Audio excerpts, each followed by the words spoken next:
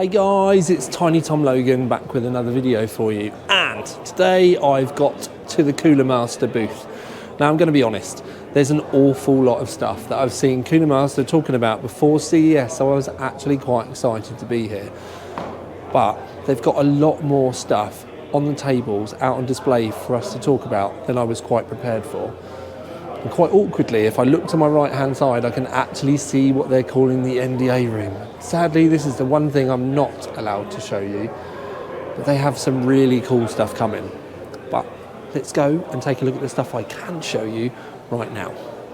Okay, so Sneaker X Bounce. They've worked with an artist to bring a very special take on the Sneaker X idea, where it's got speakers built in. This is still a full system.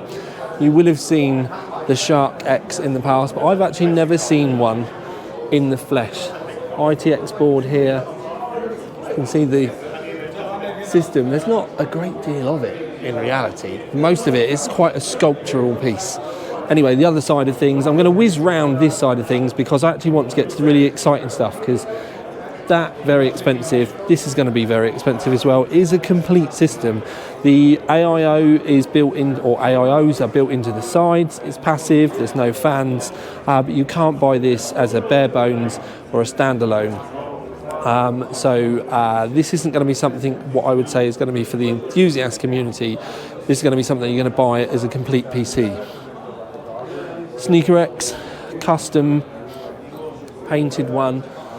Still very cool. I would love to do something with this with carbon fibre or candy. It's obviously it's my colours, but I would love to do something a little bit more exciting, or my take on things. We have some Street Fighter cases that might be available soon. Actually, no, they are available, but they're going to be releasing some new ones.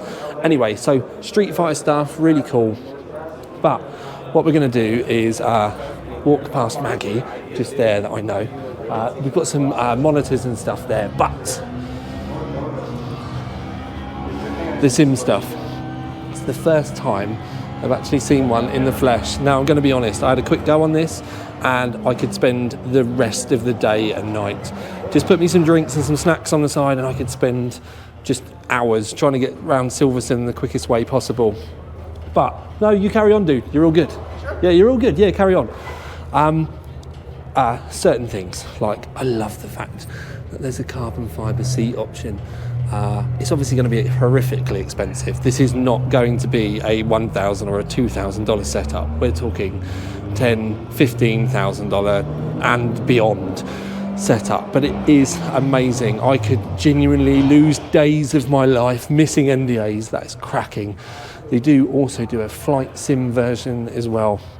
These are all really cool things for high-end enthusiasts. Now I'm walking around, you get to see, so I'm just going to whiz through and then we're going to come to the Master Hub.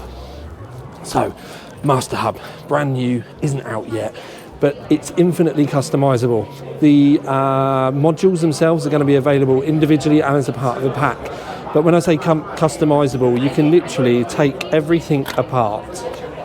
And this game is playing at the same time, and the chair that I'm sat on is vibrating to go with it, so it's quite off-putting.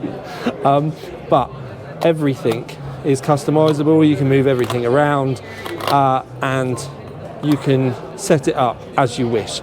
You can run 2 modules, you can daisy chain them, you can add in completely different sections if you want, and it's all just ready for you to work out what you need for your setup at home, for your stream. You can even set it up for like home automation and stuff like that. So this is really cool.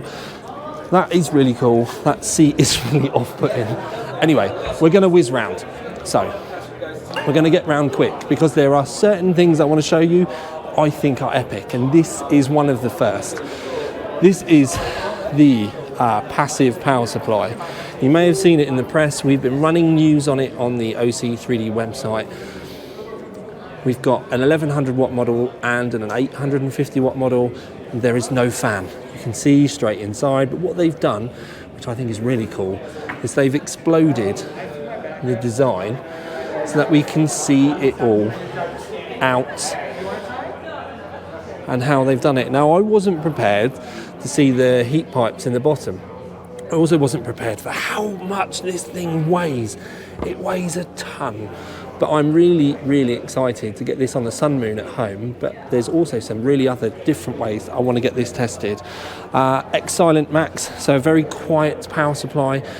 It does have the Mobius fan built in, up to 1300 watt.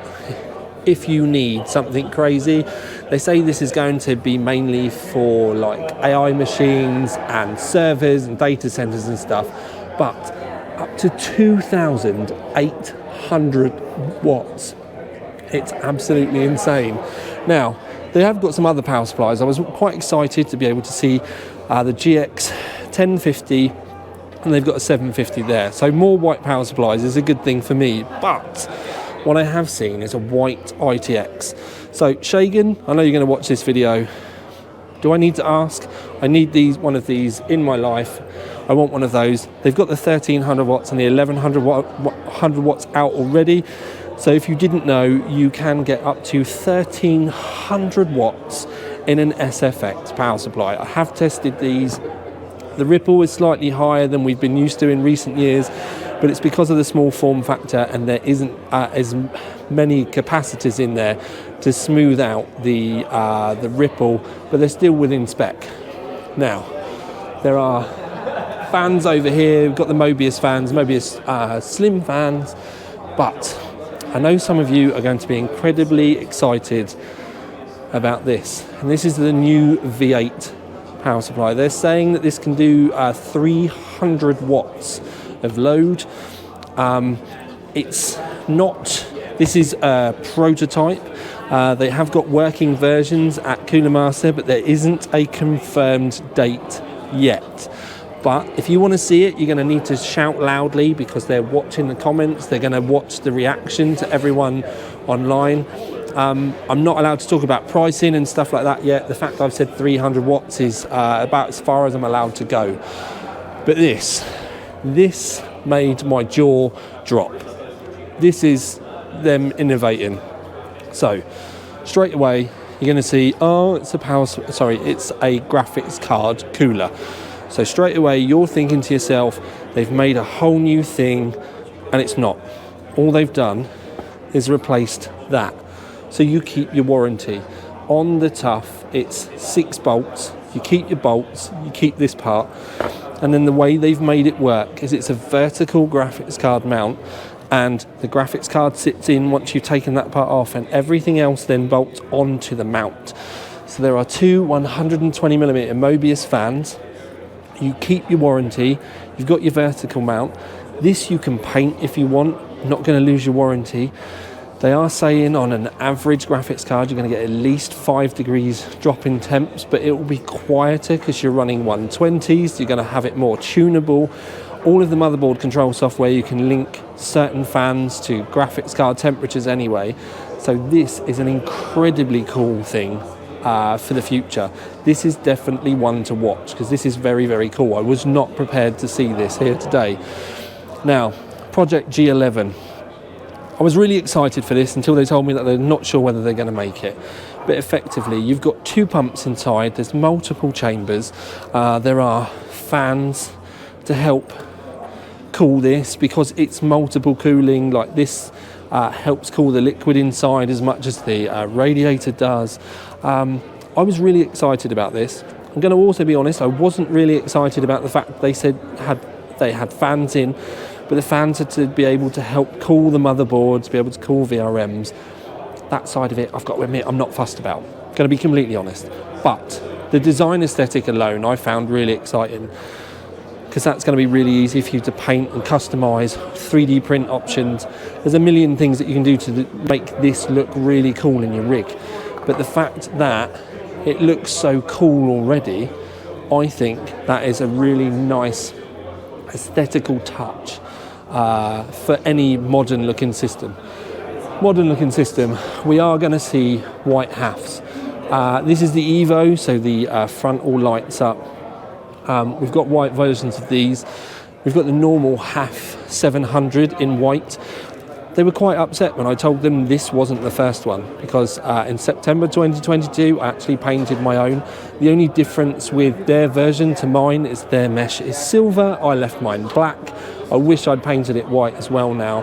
But here's the first look at the Encore 100 Max. The outside panels are metal.